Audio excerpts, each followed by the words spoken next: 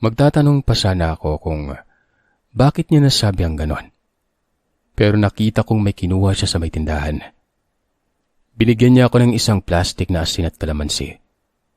Nagtaka kung bakit niya ako binigyan ng ganon pero nagwika ito muli na mas mabuti kung ilagay ko ito sa bag ko na laging nakasukbit sa bewang ko.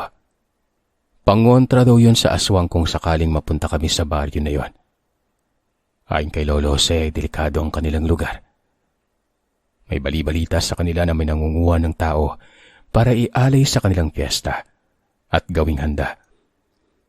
Taon-taon ay may nawawalang tao sa kanilang lugar kaya todo ingat sila lagi at naglalagay ng pangontra sa paligid ng kanilang bahay. Proteksyon yon sa kanila para hindi makalapit ang mga aswang. Turan pa niya na seryoso mukha nun. Nakaramdam na ako ng takot na mga oras na yun sa sinabi ni Lolo Jose. Hindi naman ako naniniwala sa aswang pero parang may bumubulong sa akin na mabuti nang nakasigurado. Kung kaya't tinanggap ko ang binigay niyang asin at kalamansi nun. Inilagay ko ito sa aking bag. Muli pa siyang nagwika na, "Makikilala mo yung aswang o aswang ang isang tao kapag baliktad ang refleksyon mo sa kanilang mga mata. Kung kaya't yun ang una mong titingnan." Tinapik niya pa ako sa balikat at sinabi na mag-iingat kami ng aking nobya sa taong kasama namin. Lalo pa at dayo lamang kami doon. Akmang may itatanong pa sana ako ulit sa kanya na makita kong lumabas na si Angela sa kubo kasama si Lola Pasita. Nagpasalamat ako sa dalawang matanda at umalis na. Napalingon pa ako kay Lolo Jose pero sumenyas lamang ito na susundin ko ang mga sinabi niya kanina. Tumango lamang ako at kinawayan ng mga yon. Umalis kami sa lugar at nagpatuloy na sa aming biyahe. Bago pa man kami muling nagmaneho, ay nagwika si Kent na, 30 minuto na lang makakarating na tayo sa baryo namin. Habang sa daan ay napapansin kong liblib na ang nadadaanan namin. Halos lahat ng nakikita ko ay puro matataas na talahiban.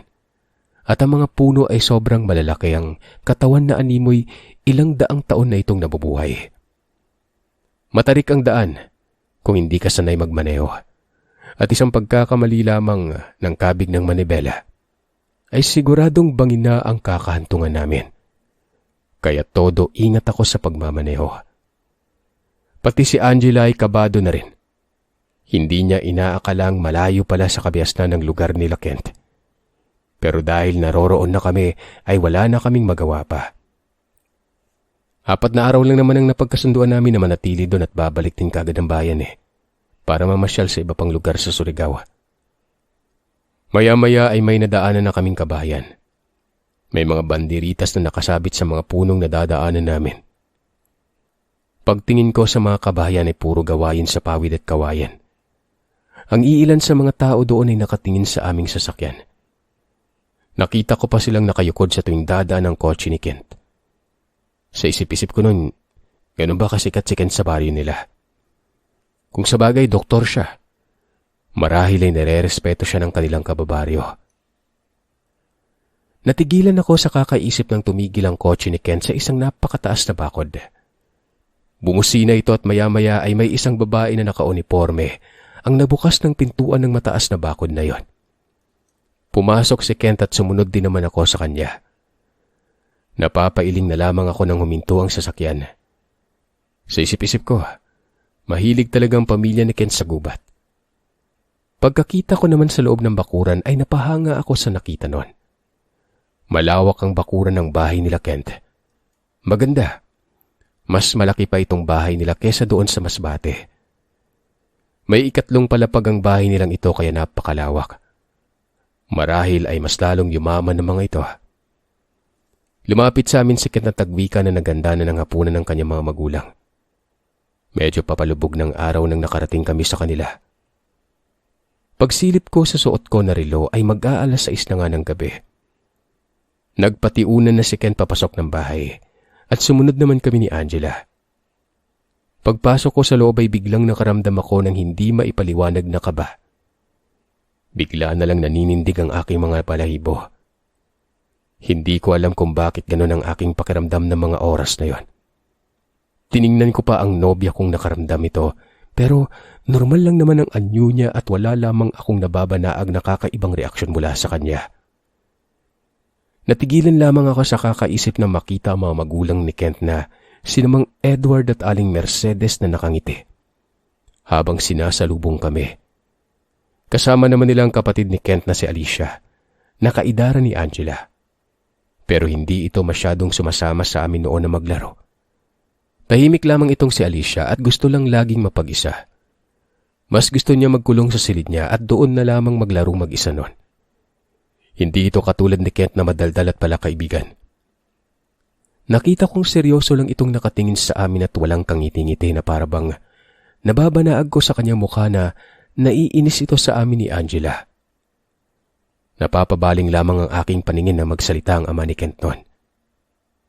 Maligayang pagdating sa bahay namin, Arman at Angela. Mabuti na lang at sumama kayo kay Kent para magbakasyon. Natatawa o natuto ang wika ni Mang Edward sa amin. Agad namang nagsalita si Kent na nagpapasalamat ito ng sobra na makakasama niya kaming dalawa ni Angela. Pero ang mga mata nito ay nakatitig lamang kay Angela habang nagsasalita. Marahil ay nalata ito ng aking nobya kaya kumapit ito sa braso ko. Napatingin naman na mag-asawa sa ginawa ni Angel. At kitang-kita ko ang pagbabago ng ekspresyon ng mukha nila pero saglit lamang yon. Halos ilang segundo lang. Nagwika naman ang ina ni Kent na kay tagal na raw kaming hinihintay ni Kent na makita at makasama. Kaya nagbakasyon ito sa Masbate para maimbitahan kami sa kanyang kaarawan at papalapit na fiesta sa kanilang baryo. Ngumiti lamang kami ni Angela. Sinabi ko na gusto din naming makita ang lugar nila sa Surigao. Mabuti na lamang at pinayagan kaming lumiban sa aming trabaho. Pagkawika ko noon ay mas lumapad pa ang mga ngiti ng mga ito. Inaya na kami ni Mang Edward na tumungo sa kusina para maghapunan. Pagdating namin sa hapag, napakarami ng kanilang handa. Puro karne, pero iba-iba ang mga putahe na nakahanda nun. Umupo na kami sa upuan at nagsimula ng kumain habang nagkikwentuhan. Nang may itinanong sa akin si Aling Mercedes kung kasintahan ko na ba si Angela, dali-dali akong napatingin sa kanya mga mata.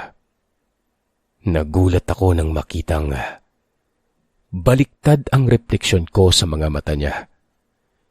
Hindi ako pwedeng magkamali.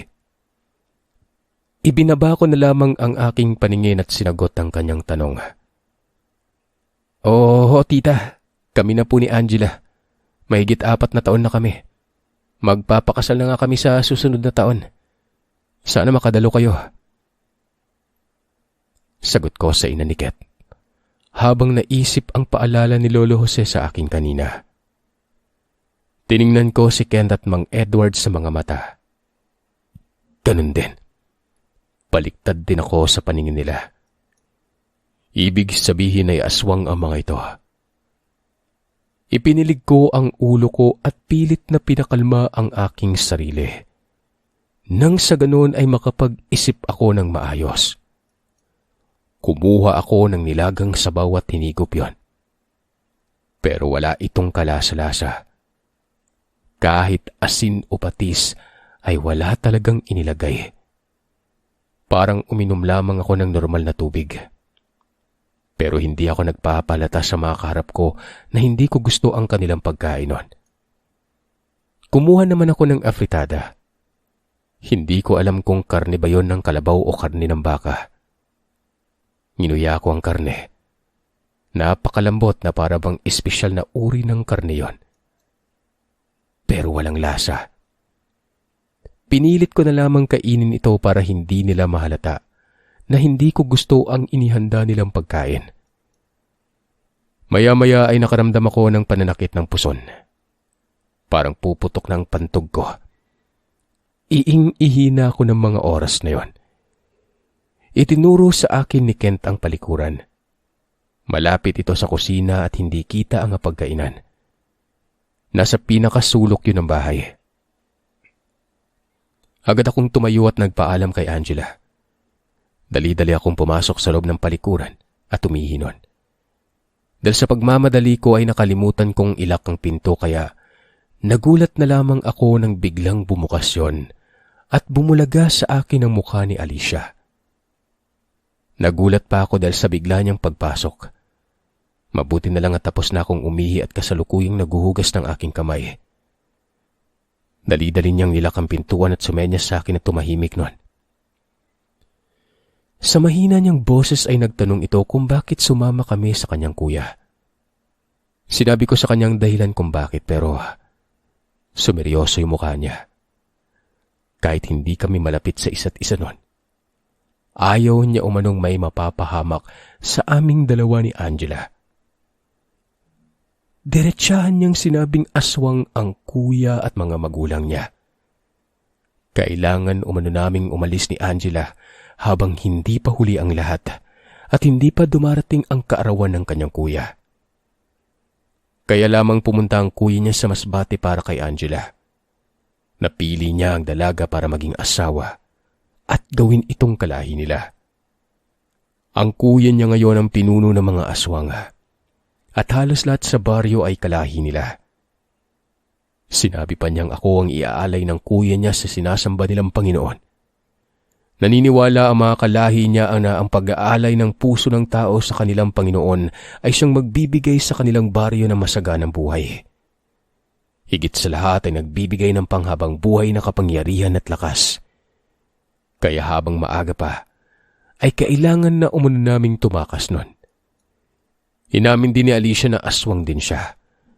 Pero hindi siya katulad ng kanyang mga magulang at kuya na kumakain ng mga tao. Hayop lamang umano ang kinakain niya. At labag sa kalooban niya ang pinaggagawa ng kanyang kalahi. Nandudukot ang mga ito ng tao sa iba't ibang baryo para maihanda sa pagsapit ng fiesta. Ayon kay Alicia, kahit na aswang siya ay tao pa rin ang damdamin niya. Mamaya ay tutulungan niya umano kaming makaalis ni Angela.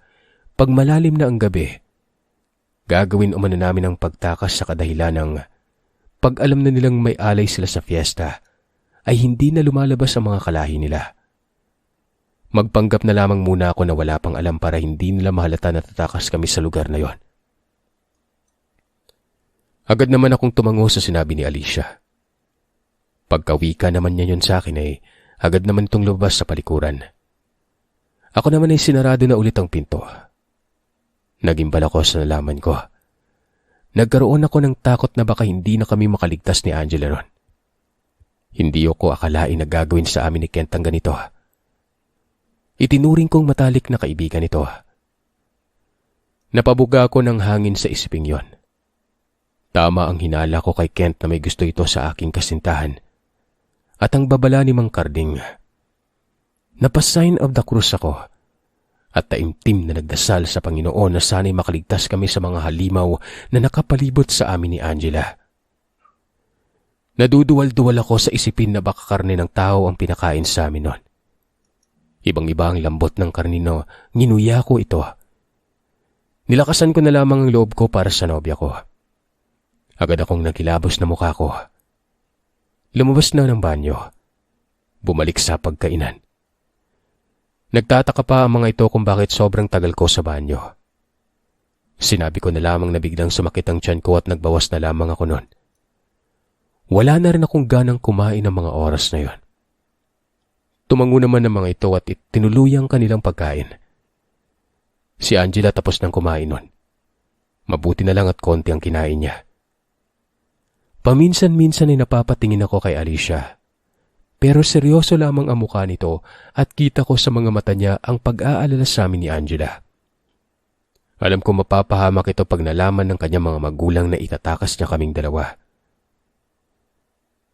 Na matapos kumain, si Kent nang nagturo sa amin kung saan ang silid namin noon. Doon niya sana kami patutulugin sa ikatatlong palapag ng bahay nila. Pero naisip ko na mahirap para sa amin kung tatakas kami kinagabihan. Kaya sinabi ko na lamang na baka meron namang silid na bakante doon sa unang palapag. Nang sinabi niyang meron, kinumbinsi ko na doon na lamang kami matulog. Dahil may phobia ito sa hagdan. Isang beses na nahulog noon si Angela sa hagdan nila sa bahay at nabali ang buto sa inlalaki niyang daliri. Dinahilan ko na lamang yun para hindi na magtanong pa si Kent. Napatingin naman si Kent kay Angela. Kaya pasimple kong pinisil ang kanyang palad para makasabay sa sinabi ko kay Kent noon. Mabuti na lang. Naintindihan niya ito kaya tumango na lamang ito at nagdugtong pa ng rason. Walang nagawa si Kent kundi ituro sa amin ang silid.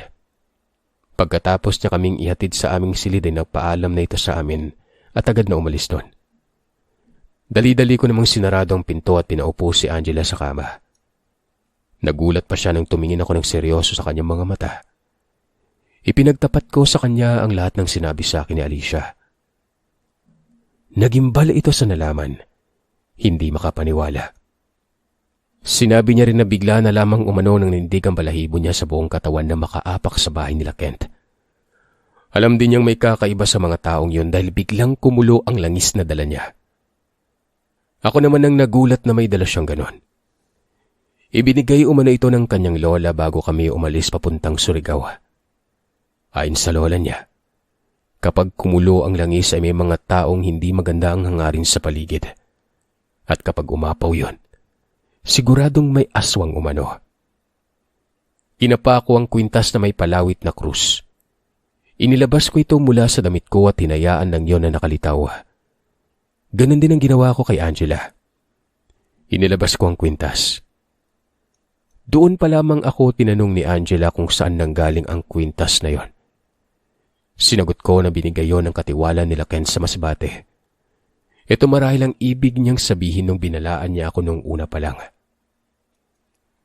Malaking pagkakamali ko dahil hindi ako naniniwala kay Manong Karding. Sabi ko. Bigla siyang natahimik.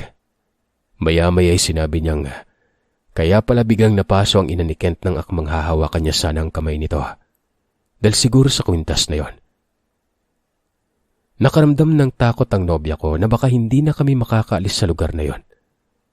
Ayaw niya maging aswang at mapangasawa si Kent. Kahit noon pa man wala siyang nararamdaman sa lalaking ito. Alam ni Kent dati pa na ako ang gusto ni Angela. Niyakap ko ng mahigpit si Angela at sinabing kahit anong mangyari poprotektahan ko siya. Gumanti din naman ito ng yakap sa akin. Hindi na ako nakatulog noon sa sobrang pag-iisip at ganun din itong si Angela. Mga bandang 10:00 ng gabi ay may ipinabigay na pagkain sa amin. Tinanggap ko naman yun at marahang inilapag sa maliit na lamesa. 2 mangkok ng sopas ito na umuusok pa. Nagkatinginan kami ni Angela at iisa lang ang sa isipan namin. Hindi namin gagalawin ang pagkain na yon. Dali-dali kong kinuha ang 2 piraso ng kalamansi mula sa nakasokbit kong bag at pinigayon sa mangkok. Nang matapos kong pigaan ng kalamansi ang sopas, ilang segundo lang ang lumipas. Umalingasaw ang napakabahong amoy na nagmumula sa sopas na yon. Napatakip kami ng aming ilong. Parang nabubulok na karne ang amoy na nagmumula sa sopas. Pagtingin namin sa mangkok, may isang daliri ng tao kaming nakita. At sa isang mangkok naman ay mata. Nang makita ito ni Angela ay dali-dali itong pumasok sa banyo at naduwal. Inilabas niya ang lahat ng kanyang nakain. Tatawagan ko sana si Mama pero doon ko napagtanto na walang signal. Paano kami makakahingi ng tulong sa aming mga magulang? Napaupo ako sa kama. Maya-maya naman ay lumabas na si Angela na namumutla. Tumayo ako at inalayan siya sa pag-upo. Pinahira ng tiyan niya ng panghaplas na dala ko para kahit papano ay gumanhawa ang kanyang pakiramdam. Pagkatapos ay kinuha ko ang 2 mangkok na yun at ibinuhos ang laman sa inodoro. Flush. Kahit papano ay nagpapasalamat ako dahil sa modernong kagamitan ng bahay na kung tutuusin ay liblib na lugar ng kinaroroonan. Hinugasan ko ang mangkok at pinalik sa mesa. Ginawa ko yon para hindi mahalata. Lumipas pang ilang oras, lumalalim na ang gabi. Nanatili akong gising noon. Maya-maya ay bumukas ang silid namin at iniluwa noon si Alicia. Nagmamadali itong nagsenyas na tatakas na kami. Dali-dali kaming sumunod sa kanya. Dahil sa unang palapag lamang kami ng bahay ay agad kaming nakalabas sa bulwagan ng pintuan. Hawak na ni Alicia ang susi nun. Nang makasakay na sa kotse ay agad na nitong binuksan ang bakod. Dali-dali kong pinatakbo ang sasakyan ng walang pag-aalinlangan. Nasa 3:00 na yun ng madaling araw. Pagkalabas ng kotse ay agad din naman itong sinara ang bakod at sumakay na rin siya. Ituturo nito ang daan papalabas dahil hindi ko pa ito kabisado. Pinaharurot ko yung sasakyan. Mabuti na lamang at marami pa itong gas nun. Nasa 10 minuto pa lamang nang nakaalis kami sa bahay nila Kent. May narinig na kaming mga alulong. Napamura si Alicia sa backseat at sinabi niyang natunugan na ito ng mga kalahi niya. Pinabilisan niya pa sa akin ang pagmamaneho. Kahit matarik ang aming dinadaanan ay mabilis ko pa rin pinapatakbo ang sasakyan. Ang nasa isip ko ay makaligtas kami mula sa taksil kong kaibigan. Maya-maya ay nakarinig kami ng pagaspas na malaking pakpak mula sa itaas. 1 minuto pa ay biglang lumagabog ang bubungan na para bang may nakadagan dito na malaking bato. Alam ni Alicia niya kuya niya yon. Kilala niya ang amoy ng kanyang kapatid. Maya-maya ay may biglang humarang na kung anong nilalang sa harapan namin. Agad akong napapreno ng mabilis nun. Pagtingin ko sa harapan ay may isang nakakatakot na nilalang. May malalaking pakpak na kagaya ng sa paniki. Mabalahibong katawan. Malaki ang mukha at may matatalas na pangil. Nakangisi ito sa amin. Nanlilisik ang namumula nitong mga mata habang nakatingin sa akin nun. Biglang lumabas si Alicia sa kotse. Nagulat ako nang nagbago ito ng anyo. Kagayang-kagaya ng anyo ng kanyang kapatid. Tumingin si Kent sa kapatid niya. Sinugod ni Alicia ang kapatid kaya naglaban ng dalawa. Si Angela ay nakasiksik sa likod at nanginginig sa takot. Dali-dali kong inilabas ang aking dalang asin at kalamansi nun. Walang ano-ano ba ay bigla na lamang akong napasigaw. Nang hinatak ni Ken si Angela palabas ng sasakyan. Ang mga matatalas niyang kuko ay nakaabang sa leeg nito. Nagsalita ito sa boses na parabang nagmumula sa ilalim ng lupa. Sinabi nito na kung hindi man lang mapapasa kanya ang babae, ay mabuting tapusin niya na ito at kainin ang puso niya. Mula pagkabata ay gusto na kita, Angela. Alam mo yan. Pero nagkamali ka ng tanging ang hangal na si Arman lang ang lagi mong nakikita. Ngit-ngit na ngit-ngit sa galit itong si Kent. Pilit niya umano akong pinakisamahan para hindi umiwas si Angela sa kanya. Nagtapat na ito sa dalaga, pero tanging pagkabigo lamang ang kanyang natamo. Ganun pa man ay nagsikap ito sa pag-aaral at ginawang inspirasyon si Angela para sa muling pagkikita nila, ay may maipagmamalaki siya rito. Pero nang malaman niya na naging kami na ay doon siya naggalit ng lubusan. Plinano niya ang lahat. Ang pagbabakasyon doon at pagkumbinsi niya sa amin na sumama sa lugar nila. Sinabi pa nitong ako ang sagabal sa pagmamahalan nila ni Angela na parabang nababaliw na ito habang humahalakak. Nagmamakaawa ako sa kanya na ako na lang ang patayin niya. Nakita ko na wala na pala sa leg ni Angela ang kwintas kaya nalapitan ito ni Kent. Naisip kong asin. Dinakot ko yun at isinaboy sa halimaw. Halos magwala ito. At dahil sa ginawa ko, nabitawan ito si Angela. Agad ko namang dinaluhan si Angela. Hinubad ko ang kwintas ko at dali-dali itong sinuot sa kanya. Nakita ko si Alicia sa hindi kalayuan na nawalan ng malay. Maya-maya ay nakaramdam na lamang ako ng suntok sa tagiliran. Tumalsik ako nun. Halos panawan ako ng ulirat ng mga sandaling ito dahil sa pagkabagsak ko. Sa nanlalabo kong paningin ay nakita ko si Kent na akmang hahawakan si Angela. Pero napaatras na ito na parabang napaso. Marahil sa kwintasyon na sinuot ko kay Angela noon. Nakita kong nawala ng malay ang nobya ko dahil sa takot. Bumaling ang tingin ni Kent sa akin. Nilapitan niya ako. Sinakal. Halos mawalan na ako ng hininga sa higpit ng kanyang ginagawa. Nang akmang itutusok niya na ang kuko sa tiyan ko, bigla na lamang itong napasigaw. Nabitawan ako at bumagsak ulit ako sa lupa noon. Napaluhod si Kent, habang hawak ang palaso na tumarak mula sa likuran niya, na tumagos hanggang dibdib noon. Mula sa likuran niya ay nakita ko si Lolo Jose. May hawak na palaso. Siya ang nagpana kay Kent. Kahit na masakit ang katawan ko ay pinilit kong lapitan si Kent nang humandusay ito sa lupa. Kahit na ganun ang ginawa niya, nakaramdam ako ng awa. Ito lang ang naging matalik kong kaibigan nung bata pa ako. Unti-unti itong bumalik sa normal. Bumalik naman sa ulirat si Alicia. Mabilis kong nilapitan si Angela at isinakay sa kotse.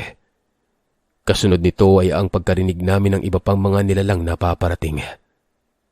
Inutusan ako ni Lolo Jose na buhayin na ang makina ng sasakyan na siyang kaagad kong ginawa. Habang ang matanda, nagdadasal noon. Tuloy pa rin ang pagdinig namin ng mga atungal, pero katakatakang hindi na magawa ng mga ito na lapitan kami. Narinig ko pa ang wika ni Mang Edward na pagsisisihan ko ang ginawa ko sa kanyang anak. Ganun pa man ay hindi ko na lamang ito pinansin pa. Magmaneho ka lang hanggang sa makarating tayo sa bahay. Hindi na makakasunod ang mga yan dahil magbubukang liwayway na. Wika sa akin ni Lolo Jose. Sinunod ko yon. Sa awa ng Panginoon ay nakarating kami sa patag na daan. Doon ay sinikap ko nang maipaamoy kay Angela ang pangaplas na ginamit ko rin na panggamot ng kanyang tiyan. Hanggang sa nakarating na kami sa bahay nila Lolo Jose. Nadatnan naman namin si Lola Pasita na naghihintay. Habang si Angela naman ay bumalik na ang kanyang malay. Pero matamlay pa rin ang aking nobya. Kagad ko siyang binuhat para ipasok sa loob ng kubo.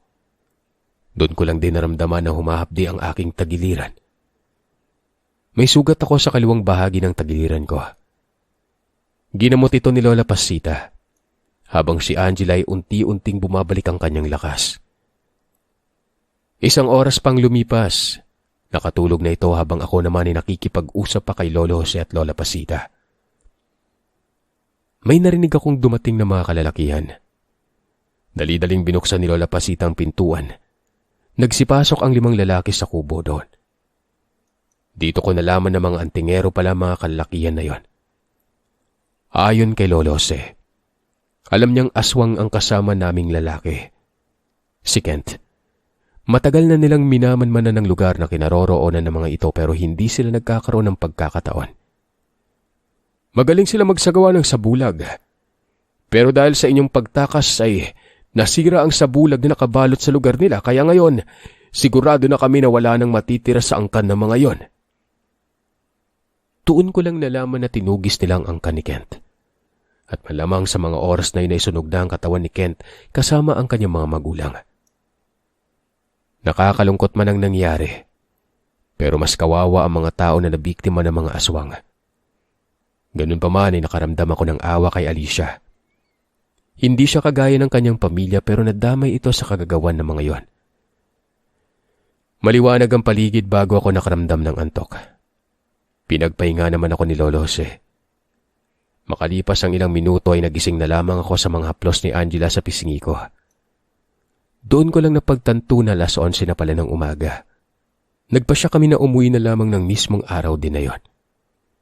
Pero ganoon na lamang ang pagkadismay ako nang nakita ko ang gulong ng kotse ko na walang hangin. Sigurado ako na flatan na to kagabi pa lang. Nagkaroon na rin ng signal sa cellphone. Nakatawag ako sa bahay. Kinuwento ko sa mga magulang ko ang nangyari. Siyempre halos hindi sila makapaniwala. Ganun pa man ay si Papa na mismo ang nagwika na iwanan ko na lamang ang sasakyan kay Lolo Jose. Pabuya na lamang daw yun sa kanila sa ginawa nilang pagtulong sa amin ni Angela. Nag-iwan din ako sa kanila ng pera na pamalit sa gulong. Si Angela naman ay naisipan niyang iwanan na lamang sa mag-asawang isa niyang cellphone na hindi na niya madalas pang ginagamit. Nilagay niya din ang numero naming dalawa para tawagan nila paminsan-minsan. Sumunod na araw na lamang kami umuwi ni Angela. Nakapagpahinga kami ng maayos at kahit papano, nagkaroon kami ng magandang alaala sa lugar. Mababait ang mga tao sa barangay nila Lolo Jose at Lola Pasita. Maaari umano kaming manatili o bumalik para makita namin ang kagandahan ng lugar. Pero mas pinili na lamang namin na umuwi noon. Hindi pa kami nakakabawi sa trauma na naranasan namin sa poder ni Kent. Maayos naman kami nakabalik sa Masbate. Si Lolo Carding naman ang pumunta sa bahay para alamin kung nasa maayos ba kaming kalagayan. Kinuwento ko sa kanyang lahat ng nangyari sa Surigao. Nalungkot man ang matanda sa sinapit ni Alicia. Nagpasalamat naman ito dahil wala na ang kinatatakutan niya mga amo. Doon lang din namin nalaman na matagal na rin pala siyang nagtitiis sa mag-anak. Pero wala siyang magawa dahil sa namatay ang kanyang ama na siyang tunay na albularyo. At ang ama ni Kent ang may kagagawan ng pagkamatay nito. Nakapagpakasal kami ni Angela at sa kasalukuyan, may 3 na kaming mga anak. Habang si Lolo Jose at Lola Pasita naman, ay tuluyan na kaming nawalan ng komunikasyon. Makalipas ang ilang taon,